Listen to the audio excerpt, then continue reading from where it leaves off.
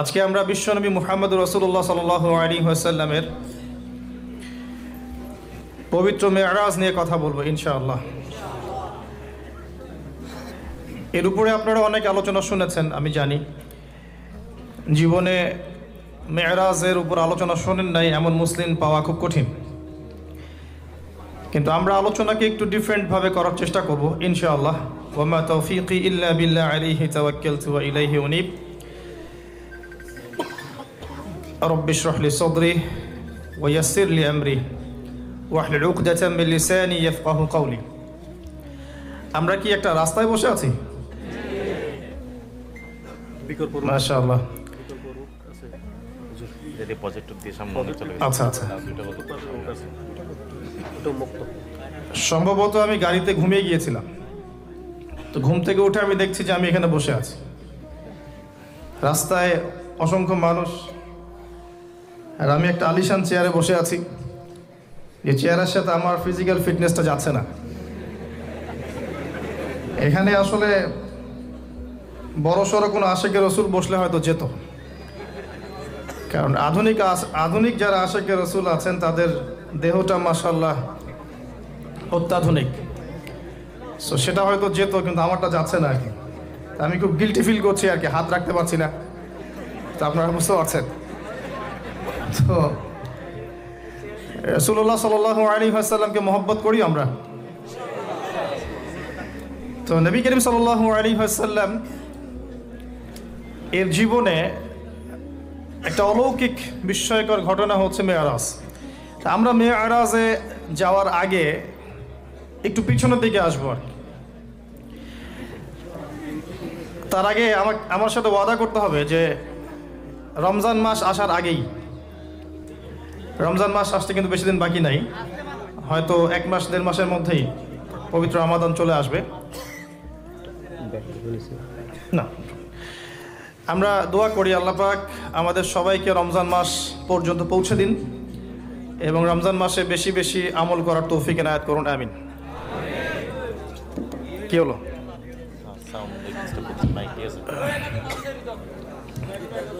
রমজান সম্পর্কে এই জন্য কথা বললাম যে রাসূল সাল্লাল্লাহু আলাইহি ওয়াসাল্লাম একটা হাদিসের মধ্যে বলেছেন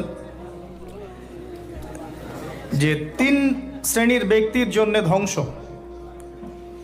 3 শ্রেণীর ব্যক্তির জন্য ধ্বংস, লানত বা অভিশাপ। এক শ্রেণী হচ্ছে যারা নিজের বৃদ্ধ পিতামাতাকে পেয়েছে কিন্তু পিতামাতার খেদমত করে জান্নাত লাভ করতে পারে নাই, তাদের জন্য ধ্বংস।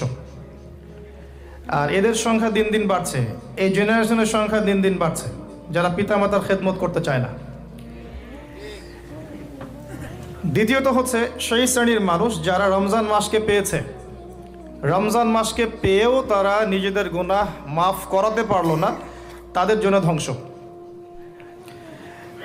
তৃতীয় শ্রেণী হচ্ছে তারা যাদের সামনে রাসূলুল্লাহ সাল্লাল্লাহু আলাইহি ওয়াসাল্লামের নাম উচ্চারিত হয়েছে কিন্তু রাসূলের নাম শুনে তারা দরুদ পাঠ করেন নাই। এই 3 শ্রেণীর ব্যক্তির জন্য রাসূলুল্লাহ সাল্লাল্লাহু আলাইহি ওয়াসাল্লাম ধ্বংসের দোয়া করেছেন। আমরা আল্লাহর কাছে দোয়া করি আল্লাহ পাক আমাদেরকে এই 3 শ্রেণীর অন্তর্ভুক্ত না করুন, আমিন। এবং আসন্ন রমজানে আমরা যেন রমজানকে কাজে লাগিয়ে আমাদের গুনাহগুলোকে মাফ করাতে পারি, আল্লাহ পাক সেই তৌফিক এনায়েত করুন, আমিন। আমাদের যারা পিতামাতা বেঁচে আছে যাদের, তারা যেন পিতামাতাকে বোঝা মনে না করি, বরং জান্নাতে যাওয়ার মাধ্যম মনে করে তাদের সেবা যত্ন করার মানসিকতা তৈরি করি, আল্লাহ পাক তৌফিক এনায়েত করুন, আমিন। এবং রাসূলুল্লাহ সাল্লাল্লাহু আলাইহি ওয়াসাল্লামের নাম শুনলেই কমপক্ষে সাল্লাল্লাহু আলাইহি ওয়াসাল্লাম এই কথাটা বলার অভ্যাস গড়ে তুলি, আল্লাহ কবুল করুন, আমিন। রমজানকে কাজে লাগানোর জন্যে আগে থেকেই প্রস্তুতির প্রয়োজন আছে। যে ব্যক্তি নামাজ পড়ে না 5 ওয়াক্ত, রমজানের প্রথম দিনেই সে 5 ওয়াক্ত নামাজি হয়ে যাবে, এটা কিন্তু ডিফিকাল্ট। রমজানে কয়েকটা কাজ খুব বেশি বেশি গুরুত্ব দিয়ে করবেন। 1 নাম্বার, জামাতের সাথে 5 ওয়াক্ত সালাত পারা যাবে ইনশাআল্লাহ। 2 নাম্বার, নিজের মালের যাকাত দিয়ে দিবেন। এটি কি ব্যবসায়িক সমিতির উদ্যোগে প্রোগ্রাম?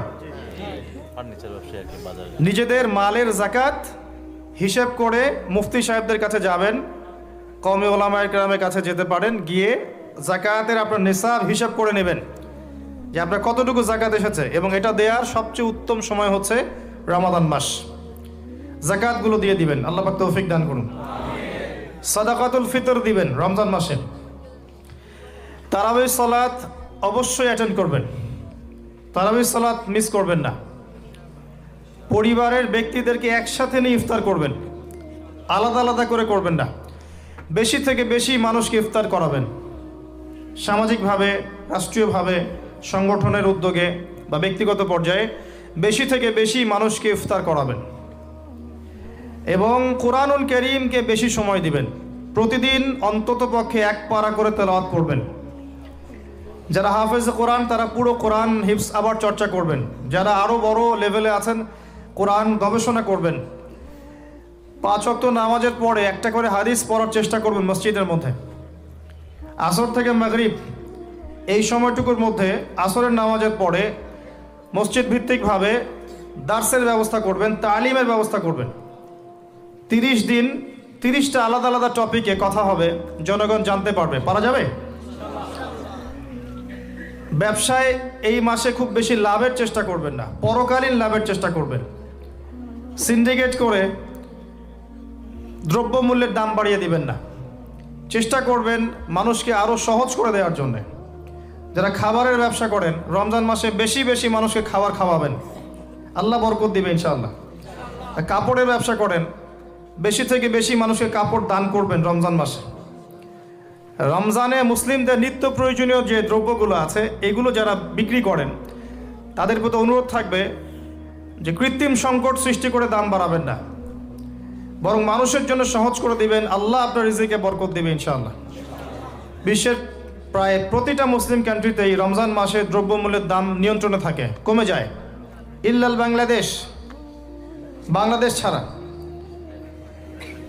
কিন্তু আমরাই 90% মুসলিমের দেশ। এই মাস লাভের মাস, পরকালীন লাভের মাস, দুনিয়ার লাভের মাস নয়। বরং রমজান আসার আগেই পুরো মাসের বাজার এবং ঈদের শপিং করে ফেলে দিবেন। রমজান মাসে বেশি বেশি মার্কেটে যাবেন না, এবং স্ত্রী সন্তানদেরকেও বেশি বেশি মার্কেটে যেতে দিবেন না, বরং এই মাসে পর্দা আরও বজায় রাখার চেষ্টা করবেন। রাস্তার মোড়ে মোড়ে যে হোটেলগুলো থাকে, ঘোমটা হোটেল, এই হোটেলের মালিকদের প্রতি নসিহত থাকবে যে আল্লাহকে ভয় করেন। হোটেলের বাইরে লিখে দিবেন মুসলিমদের জন্য খাওয়া আমার হোটেলে জায়েজ নাই। এটা করবেন, ঘোমটা না দিয়ে ওখানে লিখে দিবেন যে আপনি মুসলিম হয়ে থাকলে আল্লাহকে ভয় করুন, আমার হোটেলে মুসলমানদের জন্য আলাদা করে খাওয়ার কোনো জায়গা নাই রোজা রাখা অবস্থায়। সেলুনে আছেন যারা, সেলুনে লিখে দিবেন রমজান মাসে আমি দাড়ি কাটি না, কমপক্ষে লিখে দিবেন যে আমার দোকানে দাড়ি শেভ করা হয় না। রমজান মাসে আল্লাহওয়ালা হয়ে যান, লাআল্লাকুম তাত্তাকুন, তাকওয়া অবলম্বন করতে হবে। কিছু টিপস বলে দিলাম। সবচেয়ে বড় কথা হচ্ছে মানসিক প্রস্তুতি। রমজান আসতে যাচ্ছে, একটা মানসিক প্রিপারেশন। এই রমজানের 30টা দিন আমি প্রত্যেকটা দিনকে কাজে লাগাবো। প্রতিটা দিন আমি কোরআনের কিছু অংশ পড়বো, হাদিস কিছু পড়বো, 2টা কথা মানুষকে দাওয়াত দিব, ইফতার করাবো মানুষকে, সাধ্যমতো দান সাদাকা করব, তারাবির সালাতে হাজির হব, কোরআন খতম দিব। এই কাজগুলো করতে কি সরকার বাধা দিবে? প্রশাসন বাধা দিবে? এগুলো আমাদের হাতে আছে। আল্লাহ পাক আমাদের সবাইকে তৌফিক এনায়েত করুন, আমিন। আর এই রমজান মাসে বেশি বেশি খাওয়া এবং দুনিয়াবি কাজে অপচয় করবেন না। সারাদিন রোজা রেখে যদি ইফতার করতে 20টা আইটেম নিয়ে বসি আমাদের পুরান ঢাকার মানুষের মতো, তাহলে অবস্থা খারাপ। রমজানের আধ্যাত্মিকত্ব নষ্ট হয়ে যাবে। কথা কি বুঝতে পারছেন? রোজা রেখেছে আলহামদুলিল্লাহ, ইফতার করার জন্য কি 20টা আইটেমের দরকার আছে? 10টা আইটেমের দরকার আছে? এই যত বেশি ইফতারে খাবে মানুষ তত বেশি সে অসুস্থ হয়ে যাবে, এবং তারাবি অন্যান্য ইবাদতগুলো ঠিক মতো করতে পারবে না। আমাদের ক্ষেত্রে দেখা যায় যে সেহেরি আর ইফতারে আয়োজন দেখলে মনে হয় এটা আমার জীবনের শেষ খাওয়া হবে না। কথা বুঝতে পারছেন? তো এই স্বভাবগুলোকে চেঞ্জ করতে হবে। আল্লাহ পাক তৌফিক ইনায়েত করুন, আমিন। এবার আসেন, মেরাজে যাওয়ার আগে আমরা রাসূলুল্লাহ সাল্লাল্লাহু আলাইহি ওয়াসাল্লামের জীবনীর সামন থেকে আসতে চাই। আর আমি যে কথাটা বলতে চেয়েছিলাম সেটা হচ্ছে রমজান আসার আগেই নবী সাল্লাল্লাহু আলাইহি ওয়াসাল্লামের জীবনী একবার পড়ে শেষ করবেন, ওয়াদা করেন। হাত উঁচু করেন, হাত নামান। সবচাইতে সেরা বই আমার কাছে জীবনীর উপরে, নবী সাল্লাল্লাহু আলাইহি ওয়াসাল্লামের জীবনীর উপরে অনেক বই আছে, তবে আমার কাছে মনে হয় সবচেয়ে বেস্ট বইটা হচ্ছে আর রাহিকুল মাখতুম। নাম মনে থাকবে? রাহিকুল মাখতুম, আল্লামা সফিউর রহমান মোবারকপুরী রাহিমাহুল্লাহ, যিনি এই সাবকন্টিনেন্টের মানুষ ছিলেন, তিনি বইটা লিখেছেন এবং বইটা 1182টা বইয়ের মধ্যে প্রথম স্থান অধিকার করেছে। 1182টা বা 83টা বইয়ের মধ্যে এই বইটা প্রথম স্থান অধিকার করেছে এই সৌদি আরবের কম্পিটিশনে। তো এই বইটার যে প্রাণবন্ত সিরাতের বই আমি আসলে পড়িনি, আর অনেক সিরাতের বই আছে এবং আমি অনুরোধ করব সিরাতের বেশি বেশি বই কিনবেন। একটা সিরাতের বইয়ের সব তথ্য হয়তো থাকবে না, এখানে ভেরিয়েশন আনতে হবে আপনাকে, বিভিন্ন সিরাতের বই কিনবেন, কিন্তু আর রাহিকুল মাখতুম বইটা মাস্ট বি পড়ার চেষ্টা করেন। রমজান মাস আসার আগেই বইটা শেষ করবেন, ওয়াদা করেন ইনশাআল্লাহ। আল্লাহ পাক তৌফিক দান করুন। এবং রমজান মাস আসার আগেই কোরআন তেলাওয়াত শিখে নেবেন, ওয়াদা করেন। আগামীকাল থেকেই প্রয়োজনে স্থানীয় মসজিদের যিনি ইমাম আছেন বা মুয়াজ্জিন সাহেব আছেন বা মাদ্রাসা শিক্ষকরা আছেন, তাদের কাছে যাবেন। 1 থেকে 2 মাসের বেশি সময় লাগার কথা না আপনার তাজবিদ শিখতে। সবার তো শিখলেই বিশুদ্ধ হয়ে যাবে না, পড়তে পড়তে পড়তে পড়তে একটা পর্যায়ে আপনার মুখের মধ্যে জড়তা আল্লাহ কাটিয়ে দিবে, তখন আপনি ইনশাল্লাহ ফ্লুয়েন্টলি পড়তে পারবেন। কিন্তু শিখতে, নিয়মকানুনগুলো শিখতে 1 থেকে 2 মাসের বেশি লাগার কথা না। আর আমি জানি আপনারা জীবনে অনেক কিছুই পড়েছেন, আপনারা জীবনে এসএসসি, এইচএসসি, অনার্স মাস্টার সব করেছেন, বিবিএ, এমবিএ করেছেন, ডক্টরেট ডিগ্রি অর্জন করেছেন, মেডিকেল সায়েন্স পড়েছেন, কঠিন কঠিন সাবজেক্ট পড়েছেন, বাংলা সাহিত্য পড়েছেন, উপন্যাস পড়েছেন, শরৎচন্দ্র, বঙ্কিমচন্দ্র, হুমায়ুন আহমেদ সব পড়ে শেষ করে ফেলেছেন। রবীন্দ্র নজরুল তো শেষ আগেই।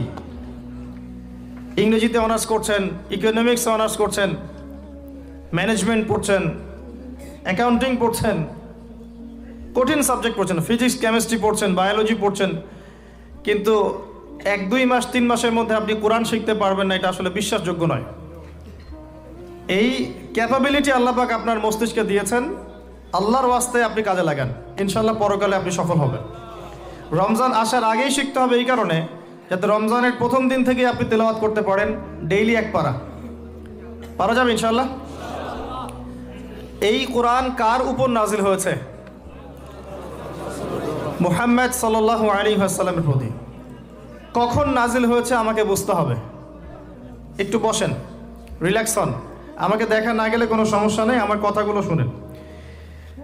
আর আমি তো জামাই না যে আমাকে দেখতেই হবে। তো নবী সাল্লাল্লাহু আলাইহি ওয়াসাল্লাম যে সময়ে তার উপরে কোরআন নাজিল হয়েছে, এই সময়টা একটু বুঝতে হবে।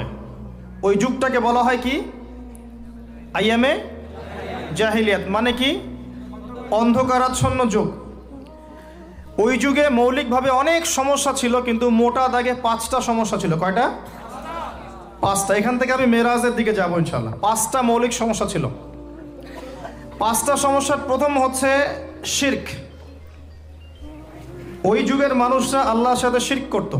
তারা মূর্তি পূজা করত, তারা মাধ্যম পূজা করত, তারা কবর পূজা করত, তারা মৃত ব্যক্তির পূজা করত, তারা প্রকৃতির পূজাও করত কোনো কোনো ক্ষেত্রে। আর অল্প কিছু মানুষ ছিল নাস্তিক, অল্প কিছু, খুব বেশি না। এই যে শিরকের এই সমস্যাটা এখনকার বিশ্বের মধ্যে নাই। আচ্ছা, দ্বিতীয় সমস্যা ছিল রিবা বা সুদ। তাদের ম্যাক্সিমাম মানুষ সুদ ভিত্তিক অর্থনীতির সাথে জড়িত ছিল। এই সমস্যাটা কি এখনকার বিশ্বে নাই? আছে। তৃতীয় সমস্যাটা ছিল এই, আপনাদের মোবাইল ফোনগুলো সাবধানে রাখবেন।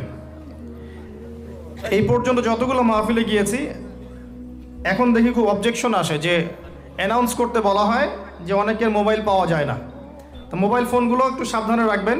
এখানে আল্লাহ না করুক এমন মানুষও আসতে পারে যার উদ্দেশ্য ভালো না, তো এটা একটু খেয়াল রাখবেন। তো দ্বিতীয় সমস্যা ছিল রিবা, যেটা এখনকার বিশ্বের অন্যতম মৌলিক সমস্যা। আপনি যদি বিশ্বের অর্থনীতির দিকে তাকান, আপনি দেখবেন বিশ্বের পুরো অর্থনৈতিক সিস্টেমটা সুদভিত্তিক। কেউ এর বাইরে নয়, কেউই বাইরে নয়। আমরা এমন একটা যুগে বাস করছি যেখানে কেউ যদি সুদ থেকে বাইরে থাকতে চায়, যে আমি মোটেই খাবো না, একবারেই খাবো না, টোটালি খাবো না, তারপরেও তার গায়ের মধ্যে সুদের ছিটা ফোঁটা লাগবে। আমার কথা বুঝতে পারছেন? এটা সেই যুগ। কিভাবে লাগবে সেটা সম্পর্কে জানার জন্যে রিবা কেন্দ্রিক যে বইগুলো আছে, আল্লামা তকি উসমানের বই আছে, ইনশাআল্লাহ আগামীতে এটার উপর বিস্তারিত আলোচনাও আসবে।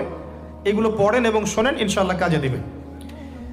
শুধু এতটুকু বলবো, যে খায় যে দেয়, যে সাক্ষী থাকে এবং যে লিখে রাখে, উভয়কেই, এই 4 শ্রেণীর মানুষকেই নবী সাল্লাল্লাহু আলাইহি ওয়াসাল্লাম সমান অপরাধী বলেছেন। পুরো সিস্টেমটার মধ্যে এগুলো পড়ে যাবে। এমনকি যদি দেখেন আমি খাচ্ছি না, একটা ফ্ল্যাট বাসায় ভাড়া আছি, এই বাসা যে করেছে সে সুদের লোন নিয়ে করেছে, আমার ভাড়ার টাকা থেকে সে লোন শোধ করে, পরোক্ষভাবে আমিও সুদের সাথে জড়িত আছি। এটা সেই যুগ যেখানে আপনি বেঁচে থাকতে চাইলে পারবেন হয়তোবা, যদি আপনার তাকওয়া অনেক উঁচু লেভেলের হয়, কিন্তু ধুলি কণা আপনার গায়ে লাগবেই, আপনি বাঁচতে পারবেন না। তৃতীয় সমস্যা ছিল মাদক। আইয়ামে জাহিলিয়াতের তৃতীয় সমস্যা ছিল মাদক। এখনকার বিশ্বের দিকে আপনি তাকান, আপনি দেখবেন ম্যাক্সিমাম যুব সমাজ এই সমস্যায় নিপতিত আছে না? সেম সমস্যা। চতুর্থ সমস্যা ছিল নারীর অবমাননা। এটা সম্পর্কে বলার আমার কোনো প্রয়োজন নাই, যথেষ্ট বলেছি এই পর্যন্ত আমি। নারীকে যেভাবে আজকে আমরা পণ্যের ন্যায় ব্যবহার করছি, এটা আইয়ামে জাহিলিয়াতের সেই বন্যতাকেও হার মানিয়েছে। 5 নম্বর সমস্যা ছিল গোত্রীয় দ্বন্দ্ব, গোত্রীয় রক্তক্ষয়ী সংঘাত। এটা এখন বৈশ্বিক রূপ নিয়েছে। ধর্মের মধ্যে সংঘাত, পলিটিক্সের সংঘাত, বিশ্বের দেশগুলোর মধ্যে সংঘাত। এই যে এখন একটা নতুন সংঘাত চলছে, আল্লাহ জানে এটার মোড় কোন দিকে যাবে। যদিও এতটুকু মনে রাখবেন, বিশ্বের একটা শক্তি চায় যে বিশ্বে একটা পারমাণবিক যুদ্ধ হোক। তারা খুব করে চাচ্ছে যে বিশ্বে একটা পারমাণবিক যুদ্ধ হয়ে যাক। তাদের উদ্দেশ্য সফল হবে, বড় বড় পরাশক্তিরা একে অপরের সাথে মারামারি করে ধ্বংস হয়ে যাবে, প্রচুর মানুষ মারা যাবে, এবং তারা নতুন রুলিং স্টেট হিসেবে বিশ্বে আত্মপ্রকাশ করবে। একটা অংশটা চাচ্ছে, সেটা কারা আস্তে আস্তে বুঝতে পারবেন ইনশাআল্লাহ তাআলা। এই 5টা ছিল মৌলিক সমস্যা। এখন আপনি আপনার সমাজ এবং বিশ্বের দিকে তাকিয়ে দেখেন এই 5টা সমস্যা আছে কি নাই? আছে। এরকম একটা যুগে জন্ম নিয়েছেন প্রিয় নবী মুহাম্মদ রাসূলুল্লাহ সাল্লাল্লাহু আলাইহি ওয়াসাল্লাম। এরকম সমাজে থেকেও তিনি কখনো পাপের ধার কাছেও যান নাই। বলেন সুবহানাল্লাহ। এরকম একটা সমাজে থেকেও যখন তিনি নবী হননি, তখনও পাপের ধার কাছেও তিনি যান নাই। তিনি কখনো শিরক করেননি, কখনো মূর্তি পূজা করেননি, কখনো রিবা খাননি, আর বাকি বিষয়গুলো ধার কাছেও যাননি। বরং তিনি হিলফুল ফুজুর তৈরি করেছিলেন যাতে করে সমাজের এই অসঙ্গতিগুলো দূর করা যায়। এটা তো আপনারা জানেন। এরপর তিনি নবী হলেন 40 বছর বয়সে। প্রথম কোন আয়াত নাজিল হয়েছিল? সূরা আলাকের প্রথম 5 আয়াত আল্লাহ পাক প্রথমে পড়তে বলেছেন, ইকরা বিসমি রাব্বিকাল্লাযী খালাক খালাকাল ইনসানা মিন আলাক ইকরা ওয়া রাব্বুকাল আকরাম আল্লাযী আল্লামা বিল কলম আল্লামাল ইনসান মা লাম ইয়ালাম। এখানে প্রথম কথাটা হচ্ছে পড়ুন। আল্লাহ পাক প্রথমে বললেন না সুদ খেও না, শিরক করো না, মাদক সেবন করো না, জেনার ধার কাছেও যেও না। আল্লাহ পাক এগুলো কিছুই বললেন না। এমনকি আল্লাহ এটাও বললেন না সুবহানাহু ওয়া তাআলা যে নামাজ আদায় করো, যাকাত দাও, রমজান মাসে সাওম রাখো। আল্লাহ পাক কি বললেন? পড়ুন। আপনার জীবনের প্রথম ফরজ হচ্ছে পড়াশোনা করা। আমাদের জীবনের প্রথম ফরজ হচ্ছে পড়াশোনা করা। যে যত বেশি কনস্ট্রাকটিভ সিলেবাসে পড়াশোনা করবে তার অন্তর্দৃষ্টি তত বেশি সুদূর প্রসারী হবে ইনশাআল্লাহ তাআলা, এবং তার আমল আরও সুন্দর হবে, তার ব্যবহার সুন্দর হবে, চরিত্র সুন্দর হবে, তার মনুষ্যত্ব ভালো হবে, তার দ্বারা সমাজ, দেশ, রাষ্ট্র, উম্মাহ ভালো কিছু পাবে ইনশাআল্লাহ। অশিক্ষিত মূর্খ জনগণকে দিয়ে রাষ্ট্রের কোনো কাজ নাই, আছে? নাই। তবে শিক্ষাটা হতে হবে এমন জ্ঞান, ইকরা বিসমি রাব্বিকাল্লাযী খালাক, পড়ুন আপনার সেই রবের নামে যিনি আপনাকে সৃষ্টি করেছেন। যে জ্ঞান আপনাকে আপনার স্রষ্টা, ওদের ভাষা ব্যবহার করে বলছি, আপনার ইলাহ আল্লাহর দিকে নিয়ে যাবে, সেটাই প্রকৃত জ্ঞান। যে জ্ঞানটা আপনাকে আল্লাহ থেকে দূরে সরাচ্ছে দিন দিন, এটা জ্ঞান নয়, এটা জাহেলিয়াত। আমি কি বুঝাতে পারছি? এবার আপনি চিন্তা করে দেখেন যে আপনার জ্ঞানটা আপনাকে কি আল্লাহর দিকে নিয়ে যাচ্ছে নাকি আল্লাহ থেকে দূরে সরাচ্ছে। এরপরে আপনি চিন্তা করবেন আপনি প্রকৃত জ্ঞানী কিনা। কেউ যদি অক্সফোর্ড, কেমব্রিজ, হার্ভার্ড থেকে পাশ করে আসে, এসে বলে যে পর্দা এটা সেকেলে প্রথা, ওই যুগে চলতো এই যুগে চলে না, এই ব্যক্তিকে আমরা জ্ঞানী বলতে পারি না। কেউ যদি বাইরে থেকে বড় ডিগ্রি এসে বলে যে ইসলাম আসলে এই যুগে চলে না ওই যুগে চলতো, সুদের মধ্যেই আছে অগ্রগতি আর প্রগতি,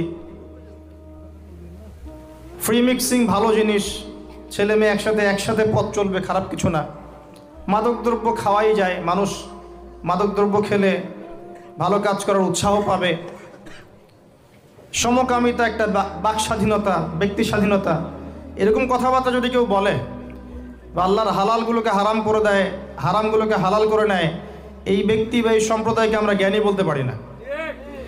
কারণ তাদের জ্ঞান তাদেরকে আল্লাহ থেকে দূরে সরিয়ে দিয়েছে। ইকরা বিসমি রাব্বিকাল্লাযী খালাক, পড়ুন আপনার সেই রবের নামে যিনি আপনাকে সৃষ্টি করেছেন। খালাকাল ইনসানা মিন আলাক, যিনি মানুষকে সৃষ্টি করেছেন জমাট বাঁধা রক্তপিণ্ড থেকে। ইকরা ওয়া রাব্বুকাল আকরাম, পড়ুন আপনার রব মহামান্বিত। আল্লাযী আল্লামা বিল কলম, যিনি আপনাকে কলম দ্বারা জ্ঞান শিক্ষা দিয়েছেন। মানুষ জ্ঞান অর্জন করতে পারেনি, প্রথমে আল্লাহ মানুষকে জ্ঞান শিখিয়েছেন। এটাকে বিশ্বাস করেন? ওয়াল্লামা আদামাল আসমাআ কুল্লাহা, আমি আদমকে সমস্ত নাম শিক্ষা দিয়েছি। কে শিক্ষা দিয়েছেন? আদম আলাইহিস সালামের কি জ্ঞান ছিল? আমাদের জ্ঞান ছিল? আল্লাহ শিখিয়েছেন। আল্লামাল ইনসান মা লাম ইয়ালাম, মানুষকে সেই জ্ঞান শিক্ষা দিয়েছেন যা মানুষ জানতো না। এই আয়াত নিয়ে নবী সাল্লাল্লাহু আলাইহি ওয়াসাল্লামের নবুয়তের জিন্দেগি শুরু হলো। কত বছর জিন্দেগি ছিল নবুয়তের জিন্দেগি? বলতে পারবেন? 23 বছর। 23 বছর। আমরা কিন্তু লেকচারের শেষে একটা কুইজ কন্টেস্ট করব ইনশাআল্লাহ। 5টা থেকে 10টা প্রশ্ন করব ইনশাআল্লাহ। 10 জনকে আমরা পুরস্কৃত করব ইনশাআল্লাহ তাআলা। মনোযোগের সাথে লেকচার শুনবেন। এরপর নবী সাল্লাল্লাহু আলাইহি ওয়াসাল্লামের নবুয়তের জিন্দেগি শুরু হলো। 23 বছর। কত বছর? তার মধ্যে প্রথম 13 বছর হচ্ছে মক্কায়, আর পরের 10 বছর কোথায়? মদিনায়। খুব সংক্ষিপ্ত আকারে বলছি, প্রথম 3 বছর নবী সাল্লাল্লাহু আলাইহি ওয়াসাল্লাম গোপনে দাওয়াত দিয়েছেন। কিভাবে? একদম গোপনে গোপনে। প্রথমে বাড়ির লোকজনকে, তারপর নিকট আত্মীয় যারা তাদেরকে, তারপর যাদের সাথে সম্পর্ক ভালো ক্লোজ তাদেরকে, এরপর আস্তে আস্তে আমভাবে। এটাই দাওয়াতি কাজের সুন্নাহ। এরপর 4র্থ থেকে 10ম এই সময়টুকুতে তিনি প্রকাশ্যে দাওয়াত শুরু করেছিলেন। তার সম্প্রদায়কে দাওয়াত দিলেন, যারা তার কথা বিশ্বাস করলো না, বেশিরভাগ মানুষই কুফরি করলো, বরং তারা ইসলাম যারা কবুল করেছে এদের উপরে নির্যাতন শুরু করলো। নির্যাতনের মাত্রা দিন দিন বাড়তে থাকলো। যখন হামজাহ এবং ওমর রাদিয়াল্লাহু আনহুমা তাদের মতো কিছু সাহাবী ইসলাম কবুল করলেন, ইসলাম তখন শক্তিশালী হওয়া শুরু করলো। তারপরেও নির্যাতনের মাত্রা বাড়তে থাকলো। এক পর্যায়ে সাহাবীরা হিজরত করলেন আবিসিনিয়ায়। কোথায়? আবিসিনিয়ায়। প্রথম হিজরত মদিনায় হয়নি, প্রথম হিজরত আবিসিনিয়ায়। এটা হচ্ছে ইথিওপিয়ার পাশে, এখনকার মানচিত্রে ইরিত্রিয়া নামে একটা জায়গা আছে। দেখেছেন কখনো? বিশ্বের ম্যাপ দেখেছেন কখনো? বিসিএস কোচিং যারা করছেন তাদের তো জানার কথা। এই ইরিত্রিয়া ছিল সেই জায়গা যেখানে হিজরত করেছিলেন সাহাবীরা। সেখানে একজন বাদশাহ ছিলেন, তার নাম বাদশাহ নাজাশী। তিনি একজন খ্রিস্টান ছিলেন, কিন্তু ভালো খ্রিস্টান ছিলেন, সৎ। তিনি মুসলিমদেরকে আশ্রয় দিয়েছিলেন এবং তার রাজ্যে মুসলিমরা নিরাপদে ছিল, বসবাস করেছে দীর্ঘদিন। পরবর্তীতে এই বাদশাহ নাজাশী ইসলাম কবুল করে মুসলিম হন। মারা গেলে নবী সাল্লাল্লাহু আলাইহি ওয়াসাল্লাম তার গায়েবানা জানাজার নামাজও পড়েছেন। এরপরে কুরাইশদের অত্যাচার বাড়তে থাকে। এক পর্যায়ে নবী সাল্লাল্লাহু আলাইহি ওয়াসাল্লাম তায়েফে হিজরত করেন, চেষ্টা করেন তায়েফবাসীকে বোঝানোর জন্যে। তায়েফের লোকজন সাড়া দেয়নি, উল্টা নবী সাল্লাল্লাহু আলাইহি ওয়াসাল্লামকে রক্তাক্ত করেছিল।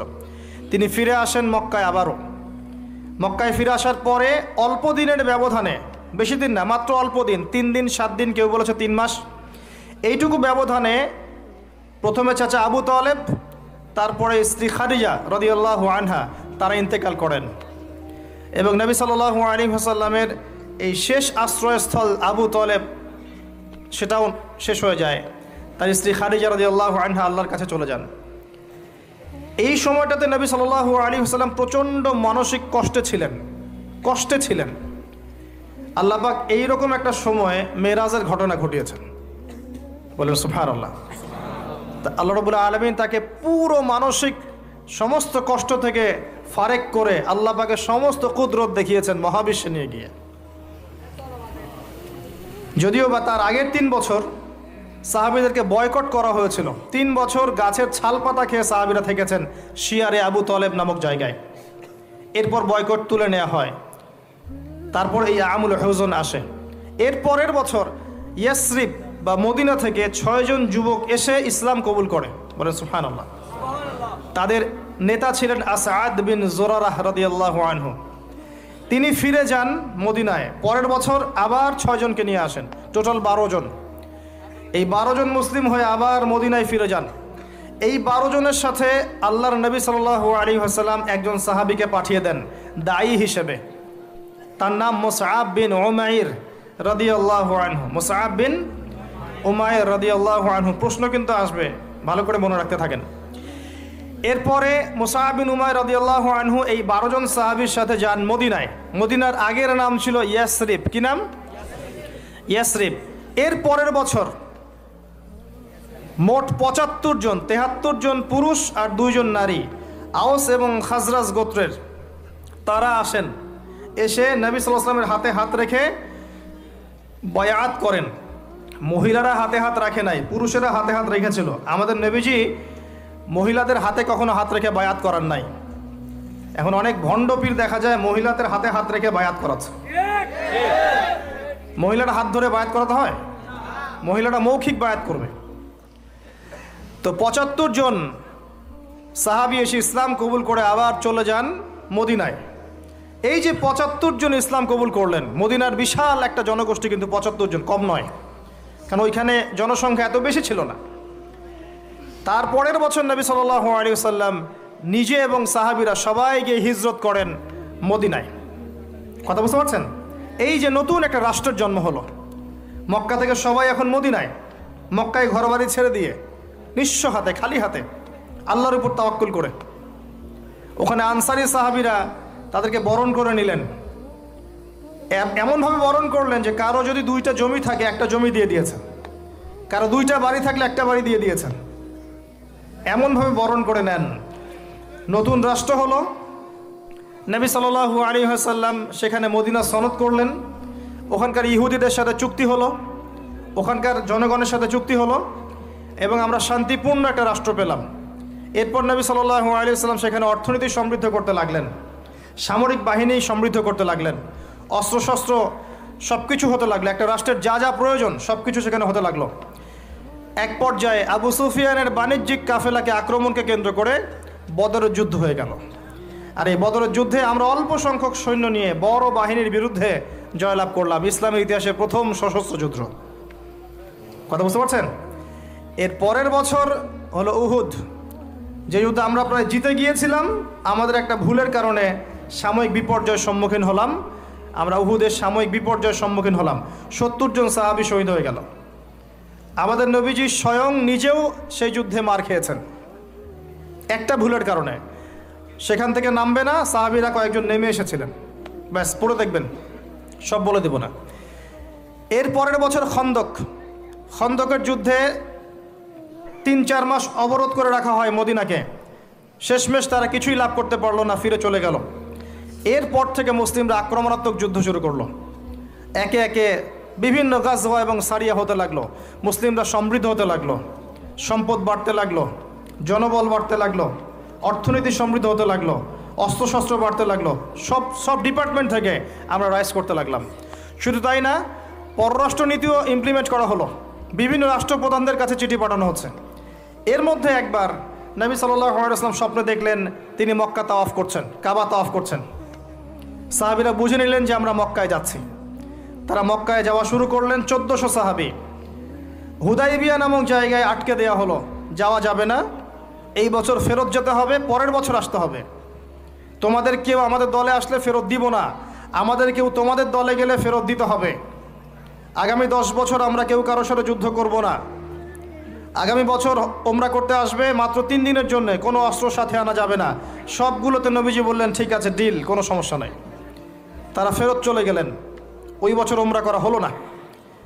নবীজি ফেরত গিয়েই খায়বার আক্রমণ করলেন। খায়বার ইহুদিরা ছিল, ইহুদিদেরকে পরাজিত করা হলো। খায়বার মুসলিমদের দখলে চলে আসলো। এর আগে আরও 2টা ইহুদি কওমকে সেখান থেকে, মদিনা থেকে বহিষ্কার করা হয়। একটা বনু নাজির, একটা হচ্ছে বনু কাইনুকা। আর খন্দকের যুদ্ধে বহিষ্কার করা হয় বনু কুরাইজাকে। এরা সবাই খায়বার আশ্রয় নিয়েছিল। খায়বারকে আক্রমণ করে ইহুদিদেরকে আরব উপদ্বীপ থেকে বের করে দেওয়া হয়। তার পরের বছর হচ্ছে মক্কা বিজয়। নবী সাল্লাল্লাহু আলাইহি ওয়াসাল্লাম মক্কা বিজয় করলেন, মক্কার সমস্ত মূর্তিগুলো ভেঙে ফেললেন। বেলাল রাদিয়াল্লাহু আনহু কাবা ঘরের উপরে উঠে আজান দিলেন। নবীজি সবাইকে মাফ করে দিলেন। দলে দলে মানুষ ইসলাম কবুল করলো। সূরা নাসর নাজিল হলো, ইজা জাআ নাসরুল্লাহি ওয়াল ফাতহ। সূরা মাইদার 3 নম্বর আয়াত নাজিল হলো। এরপর নবীজি মদিনায় ফিরে গেলেন। তার মাঝে হুনাইনের যুদ্ধ হয়েছে, এর আগে একটা মোতার যুদ্ধ হয়েছে, তারপর একটা তাবুক যুদ্ধ হয়েছে, ব্যাস। এরপরে মদিনায় ফিরে গিয়ে মাত্র 81 বা 83 দিন নবীজি বেঁচে ছিলেন। এরপরে তার শেষ রোগ শুরু হলো এবং মারা যাওয়ার কয়েকদিন আগে তিনি বলে গেলেন, আমার কবরকে উপাসনার জায়গা বানাবে না, আমার কবরকে উপাসনার জায়গা বানাবে না। আরব উপদ্বীপ থেকে ইহুদিদেরকে বহিষ্কার করবে, রাষ্ট্রদূতরা আসলে সম্মান করবে, দাস দাসীর প্রতি খেয়াল রাখবে, নামাজের হেফাজত করবে। আরও অনেক নসিহত তিনি করে গেলেন। তিনি বলে গেলেন তার আগে বিদায় হজের ভাষণে, তোমরা সবাই ভাই ভাই, সাদার উপর কালো, কালোর উপর সাদা, ধনীর উপর গরিব, গরিবের উপর ধনী, আরবের উপর অনরব, অনরবের উপর আরব, কোনো ভেদাভেদ নাই। তোমরা সবাই আদম সন্তান, আদম মাটির সন্তান। নবীজি বললেন সাল্লাল্লাহু আলাইহি ওয়াসাল্লাম, সাহাবীরা, আমি কি তোমাদের কাছে আমার অর্পিত দায়িত্ব পালন করেছি, পৌঁছে দিয়েছি? সাহাবায়ে কেরাম বললেন, হ্যাঁ, আমরা সাক্ষ্য দিয়েছি আপনি পৌঁছে দিয়েছেন। নবীজি বললেন, আল্লাহুম্মা ফাশহাদ, আল্লাহ আপনি সাক্ষ্য থাকেন আমি আমার দায়িত্ব পৌঁছে দিয়েছি। এভাবে তার জীবনটা শেষ হয়ে যায়। এই হলো সংক্ষিপ্ত সিরাত, ডিটেইলস পড়বেন। এর মধ্যে একটা ঘটনা, যখন কষ্টের মধ্যে ছিলেন নবী সাল্লাল্লাহু আলাইহি ওয়াসাল্লাম, তখন কিসের ঘটনা ঘটেছে? মেরাজ। এবং নবী সাল্লাল্লাহু আলাইহি ওয়াসাল্লামকে আল্লাহ পাক সশরীরে মেরাজ করিয়েছেন, ঘুমের মধ্যে নয়, সশরীরে। এই জায়গা থেকে আলোচনার বাকি অংশটা খুব ভালো করে বোঝার চেষ্টা করেন। নবী সাল্লাল্লাহু আলাইহি ওয়াসাল্লাম এশা সালাতের পরে শুয়ে আছেন, কথা বন্ধ করেন, এশা সালাতের পরে শুয়ে আছেন, তন্দ্রা ভাব। কোথায় শুয়ে আছেন? কাবা ঘরের হাতিমে। কাবা ঘরের হাতিমে একজন ফেরেশতা আসলেন, তার নাম জিবরাইল আলাইহিস সালাম। নবীজিকে শুইয়ে দিলেন। নবীজিকে শুইয়ে দিয়ে এই যে বুক, গলার নিচ থেকে এই নাভি পর্যন্ত চিরে ফেললেন।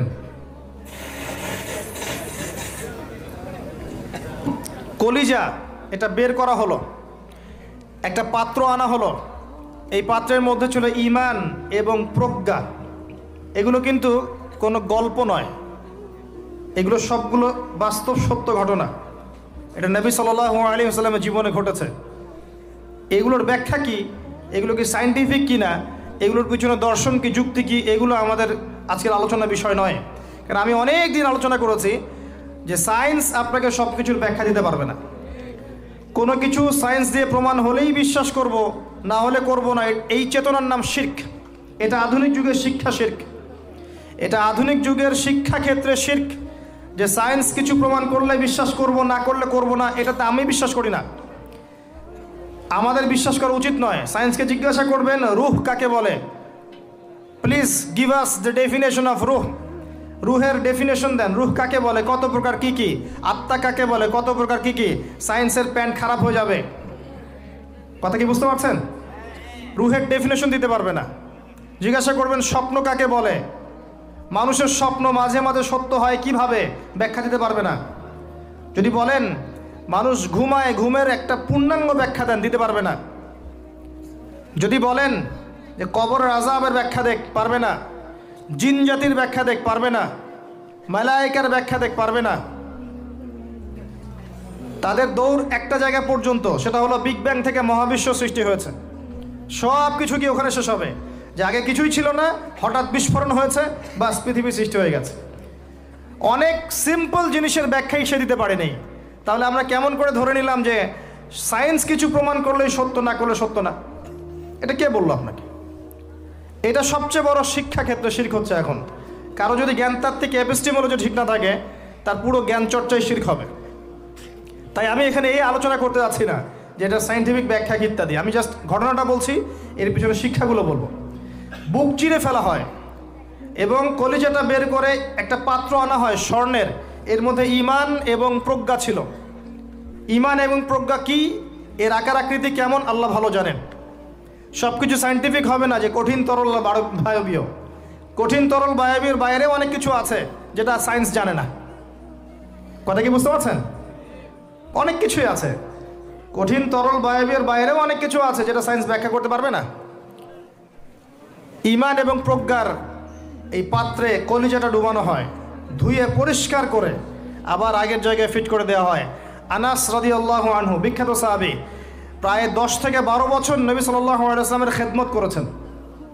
তিনি বলেছেন, আমি আল্লাহ রসুলের বুকের মধ্যে এই যে বুক চিরে ফেলা, সিনা চাক, এই দাগটা আমি দেখেছি, বুকের মধ্যে দাগ ছিল। এরপর নবী সাল্লাল্লাহু আলাইহি ওয়াসাল্লামের সামনে একটা বাহনকে আনা হয়। এই বাহনের নাম হচ্ছে বোরাক। কি নাম? গাধার চেয়ে একটু বড়, খচ্চরের চেয়ে একটু ছোট, এর নাম হচ্ছে বোরাক। এই বোরাকে নবী সাল্লাল্লাহু আলাইহি ওয়াসাল্লামকে উঠতে বলা হয়। তিনি উঠতে গেলে বোরাক একটু পার্ট নিয়েছে, ভাব নিয়েছিল আর কি। ভাব নেওয়া বোঝেন? মাঝে মাঝে আমরা ভাব নেই না? কখনো মেয়েদের বিউটি কন্টেস্ট দেখেছেন? ফ্যাশন শো দেখেন নাই? টিভিতে অ্যাডভার্টাইজ দেখেন নাই? কে দেখে নাই? এটা তো সবাইকেই দেখতে হয়। কার চোখে পড়েনি? মনে হবে যে মানুষকে ভয় দেখাচ্ছে। এই যে ভাব, বোরাক একটা ভাব নিয়েছিল। তো জিবরাইল আলাইহিস সালাম বোরাককে বলছেন যে শুনো, তোমার পিঠে মুহাম্মদ সাল্লাল্লাহু আলাইহি ওয়াসাল্লামের চেয়ে উত্তম কোনো মানুষ এখনো বসে নাই, আর মুহাম্মদ সাল্লাল্লাহু আলাইহি ওয়াসাল্লামের চেয়ে প্রিয় এবং সম্মানিত মহান কোনো ব্যক্তি আল্লাহর কাছে নাই। অতএব তুমি এত পার্ট নিও না। তখন বোরাক ঘামতে শুরু করে। আমি যে কথাগুলো বলছি এগুলো সহিহ বুখারীর মধ্যে আছে, সহিহ মুসলিমের মধ্যেও আছে এবং অন্যান্য সিরাতের গ্রন্থগুলোর মধ্যে আছে। আমি এক জায়গায় করে কথাটা বলার চেষ্টা করছি। এরপর বোরাক ছুটতে শুরু করে। নবীজি বলছেন, বোরাকের ছোটার গতিটা এমন ছিল যে আমরা আমাদের দৃষ্টি যতদূর পর্যন্ত যায়, সে তার একটা পা অতদূর পর্যন্ত ফেলছে। এখনকার রকেটগুলোর গতি দেখেছেন? এই মহাবিশ্ব যত অভিযান, আমাদের ধারণা যে এই মেরাজের ঘটনাকে কেন্দ্র করেই হয়েছে। এই থিওরিগুলো ওরা পেত না। মহাবিশ্বের এই আকাশ ভেদ করে যাওয়া যায়, এই যে কনসেপ্টটা, এই কনসেপ্টটা কিন্তু নবী সাল্লাল্লাহু আলাইহি ওয়াসাল্লাম মেরাজের আগে কখনো হয়নি। একমাত্র ঘটনা পৃথিবীতে যে পৃথিবীর কোনো মানুষ 7 আকাশের উপরে গিয়েছেন, আল্লাহর সাথে কথা বলে এসেছেন। সুবহানাল্লাহ। এমনকি কোনো নবীর ক্ষেত্রেও এটা হয়নি, কোনো নবীর ক্ষেত্রেও নয়। এবার এই বোরাক চলে গেল বাইতুল মাকদাস। এটা কোথায়? বাইতুল মাকদিস, বাইতুল মাকদাস না, বাইতুল মাকদিস। বিভিন্ন মানুষ বিভিন্ন উচ্চারণ করে। এটা হচ্ছে প্যালেস্টাইন। কোথায়? নাম শোনেন নাই? আর প্যালেস্টাইন নিয়ে তো যথেষ্ট বলেছি এই বয়সে, আলহামদুলিল্লাহ। তবে মূল বিষয়টা এখনো বলা হয়নি, সেটা ইনশাল্লাহ আস্তে আস্তে আসবে। এতটুকু শুনেন, প্যালেস্টাইন হচ্ছে শেষ জামানার সবচেয়ে ইম্পর্ট্যান্ট জায়গা। সারা পৃথিবীর চেয়ে, সারা পৃথিবীতে যত জায়গা আছে এগুলো চাইতে সবচেয়ে ইম্পর্ট্যান্ট জায়গা হচ্ছে শেষ জামানায় প্যালেস্টাইন বা ফিলিস্তিন এবং জেরুজালেম। সারা পৃথিবীর সমস্ত কর্মকাণ্ড আখিরুজ্জামানে এই জেরুজালেমকে কেন্দ্র করে হবে। এই কারণেই জিউসরা সেখানে ঘাঁটি গেড়েছে। এটাই সেই জায়গা যেখানে ঈসা ইবনে মারিয়াম ইসলামী খেলাফত কায়েম করবেন অচিরেই ইনশাআল্লাহ। এটাই সেই জায়গা যেখানে মাসিহুদ দাজ্জালকে হত্যা করা হবে। আর দাজ্জালের চেয়ে বড় কোনো ফিতনা এই উম্মার জন্য নেই। কোন সূরা আপনাকে বাঁচাবে দাজ্জাল থেকে? সূরাতুল কাহফ। জীবনে একবারও পড়েছেন? হাত উঁচু করেন। অর্থসহ পড়েছেন?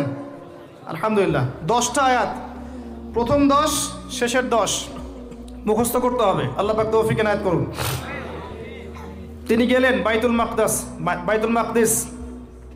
সেখানে গিয়ে দেখলেন মসজিদের মধ্যে একজন ব্যক্তি সালাত আদায় করছেন।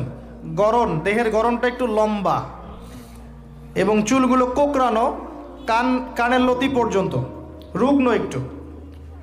তাকে বলা হচ্ছে ইনি হচ্ছেন মুসা আলাইহিস সালাম, সালাত পড়ছেন। এখন কিভাবে সালাত পড়ছেন, জীবিত না মৃত নাকি বারজাখে, আমরা ব্যাখ্যা করতে পারবো না।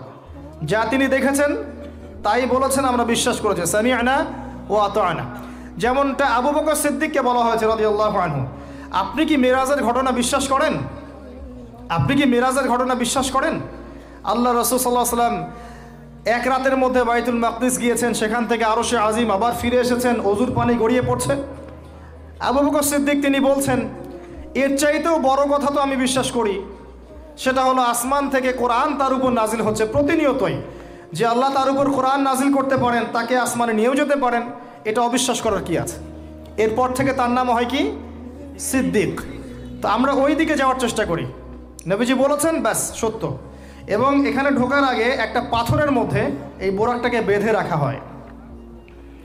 আরেকজন ব্যক্তিকে দেখেছেন যার গড়ন ফর্সা এবং লালচে, এই দুইটা কালারকে মিক্স করলে যেমন গায়ের রং হবে এমন, এবং চুলগুলো হচ্ছে অনেক সোজা, সিল্কি। সিল্কি শব্দটা আমি বুঝলাম, চুলগুলো অনেক সোজা, এটা আমার কথা। স্বচ্ছ ঝকঝকে চুল। তো গায়ের গড়নটা খুব বেশি লম্বাও না, খুব বেশি খাটোও না। নবীজিকে বলা হচ্ছে ইনি হচ্ছেন ঈসা ইবনে মারিয়াম। নবী সাল্লাল্লাহু আলাইহি ওয়াসাল্লাম আরেকজনকে দেখলেন যার গড়নটা হুবাহু নবী সাল্লাল্লাহু আলাইহি ওয়াসাল্লামের মতোই। এবার তাকে বলা হলো ইনি হচ্ছেন আদি পিতা ইব্রাহিম আলাইহিস সালাম। ইব্রাহিম আলাইহিস সালামের সাথে আমাদের নবী সাল্লাল্লাহু আলাইহি ওয়াসাল্লামের পুরো ফিজিক্যালিও মিল ছিল এবং জীবনের যে গতি এখানেও মিল ছিল। হয়তোবা এই কারণেই আমরা দরুদ ইব্রাহিমে অন্য নবীর নাম না নিয়ে ইব্রাহিম আলাইহিস সালামের নামটা নিচ্ছি। আল্লাহু আলাম, আল্লাহ ভালো জানে। যখন নবীর নাম আসবে সবাই কমসে কম সাল্লাল্লাহু আলাইহি ওয়াসাল্লামটুকু বলবেন মনে মনে। এবার সেখানে নবী সাল্লাল্লাহু আলাইহি ওয়াসাল্লাম সমস্ত নবীদেরকে নিয়ে 2 রাকাত সালাত পড়লেন। তিনি ইমামতি করলেন। নবীদের ইমাম হচ্ছেন আমাদের নবী মুহাম্মদুর রাসূলুল্লাহ সাল্লাল্লাহু আলাইহি ওয়াসাল্লাম। আল্লাহ পাক আমাদের সবাইকে তার সুন্নাহগুলো আমল করার তৌফিক দান করুন। আমাদের প্রতিটা কাজ যেন তার সুন্নাহ মতো হয়, আল্লাহ পাক সে তৌফিক এনায়েত করুন। এরপর নবী সাল্লাল্লাহু আলাইহি ওয়াসাল্লামকে নিয়ে যাওয়া হচ্ছে আকাশে। প্রথম আকাশের দরজা আছে। এখন নাসা যদি আবিষ্কার করতে ব্যর্থ হয়, আমাদের কিছু করার নাই, আকাশের দরজা আছে। ওরা যদি বলে জান্নাত জাহান্নামের ব্যাখ্যা কি, জান্নাত জাহান্নাম তো সায়েন্স প্রমাণ করতে পারছে না, তাহলে এগুলোর কি ব্যাখ্যা? আমরা বলবো এটা সায়েন্সের ব্যর্থতা, জান্নাত জাহান্নামের অস্তিত্বের ব্যর্থতা নয়, এটা সায়েন্সের ব্যর্থতা। আছে, খুঁজতে থাকেন, একদিন পাবেন ইনশাআল্লাহ। তবে পাওয়ার আগে যে কিয়ামত হয়ে যাবে এটা নিশ্চিত। পাওয়ার আগে কিয়ামতই হয়ে যাবে। আমরা কারেন্ট অ্যাফেয়ার্সে দেখেছিলাম কয়েকদিন আগে একটা গ্রহের সন্ধান পাওয়া গেছে। এই গ্রহটা ডায়মন্ড দিয়ে তৈরি, হীরার, এখন বিশ্ববাসী বিশ্বাস করছে হ্যাঁ হীরার গ্রহ আছে। কথা বুঝতে পারছেন? আল্লাহ পাক কোরআনে বলেছেন জান্নাতের মাটি হবে সোনার, আছে না, সোনার, মতির, জহরতের। তো যদি কখনো দেখবেন সায়েন্স বলে যে হ্যাঁ এমন একটা গ্রহ পাওয়া গেছে পৃথিবী থেকে কয়েক কোটি আলোকবর্ষ দূরে, গ্রহের নাম হচ্ছে JNAXYZ.000 অমুক, এদের নামগুলো এমন ভয়ঙ্কর হয় আর কি, তখন দেখবেন বিশ্বের মানুষ বিশ্বাস করছে। করবে না বিশ্বাস? নিশ্চিত বিশ্বাস করবে। আমাদের পুরো চিন্তাটাই এখন এমন, সায়েন্স বললে হ্যাঁ আমি হ্যাঁ, ও যদি বলে না আমি না। 20 সেকেন্ড হাত দাও, 20 সেকেন্ডই। মাস্ক না পরলে যাবে না, ভাইরাস যাবেই না, পড়তেই হবে। 3 ফিট দূরে দাঁড়াও, 4 ফিট দূরে দাঁড়াও, ও যা বলবে তাই। এটা শিরক। মসজিদের মধ্যে আমরা বানরের মতো নামাজ পড়ছি, জাস্ট লাইক ডঙ্কিস, 4 ফিট দূরে দূরে এক একজন। সুবহানাল্লাহ। মাঝখানে কি শয়তানের জন্য? বাকি সবখানে এক জায়গায় একত্রিত হওয়া যাচ্ছে। মসজিদে গেলে 1000টা রেস্ট্রিকশন, কি সমস্যা? সমস্যা কোথায়? চেহারা ঢেকে নামাজ হয় মসজিদে? বড় বড় ওলামায়ে কেরামদের কাছে ফতোয়া নেন। একটা বিশ্বাস, একটা ভয়, একটা আতঙ্ক। আর কিছু কিছু মিডিয়ার কাজ হচ্ছে মানুষকে আতঙ্কিত করা।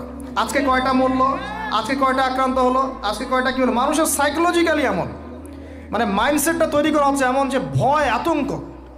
কেন ভাই, মরবেন না কখনো? সতর্ক থাকার নাম কি এরকম করা? সারা বিশ্বের মানুষকে ভয় দেখিয়ে আতঙ্কিত করে ফেলা হচ্ছে। আর ওইদিকে দেখেন যাদের যুদ্ধ করার যুদ্ধ করছে, যাদের যা কিছু করার তাই করছে। সারা ওয়ার্ল্ড অ্যাফেয়ার্স কি থেমে আছে? মানুষের দৃষ্টিভঙ্গিকে একদিকে ফোকাস করিয়ে দেয়। আমরা বলছি না যে ভাইরাসের অস্তিত্ব নাই, কিন্তু আল্লাহর চেয়ে বেশি ভয় তাকে করতে হবে কেন? বিগত 1 বছরে যতগুলো মানুষের সাথে আমি মোসাফা করেছি, এতদিন আমার কবরে থাকার কথা ছিল, যদি সায়েন্স সত্য হয়। কথা কি বুঝতে পারছেন না? এখন আপনি আমাকে ব্যাখ্যা দেন যে আমার কেন হয় নাই, ব্যাখ্যা দেন। কি ব্যাখ্যা দিবেন আপনি আমাকে? প্রতিটা দিন এই ইভেন এই মাহফিলের সিজনে প্রতিটা দিন মিনিমাম 100-200 মানুষের সাথে আমি মোসাফা করেছি, এবং সবাই এটা সাক্ষী। একটা দিন আমার জ্বর আসে নাই, এর কি ব্যাখ্যা দিবেন? সায়েন্স যদি এটাই বলে যে মোসাফা করলেই ভাইরাস হবে, মোসাফা করলেই ভাইরাস হবে, তাহলে আমার হইল না কেন? এর ব্যাখ্যা দেন। কোনো ব্যাখ্যা নাই। এরপরেও আল্লাহ বিশ্বাস করবে না, এরপরেও আল্লাহ বিশ্বাস করবে না। জামজাম কূপ, জামজাম কূপের পানির ব্যাখ্যা দেন, কিভাবে এত পানি চলছে, শেষ হচ্ছে না কেন? আমাদের চিন্তা ভাবনা চেঞ্জ করেন। ও যা বলবে তার সুবহানাল্লাহ। মাঝখানে কি শয়তানের জন্য?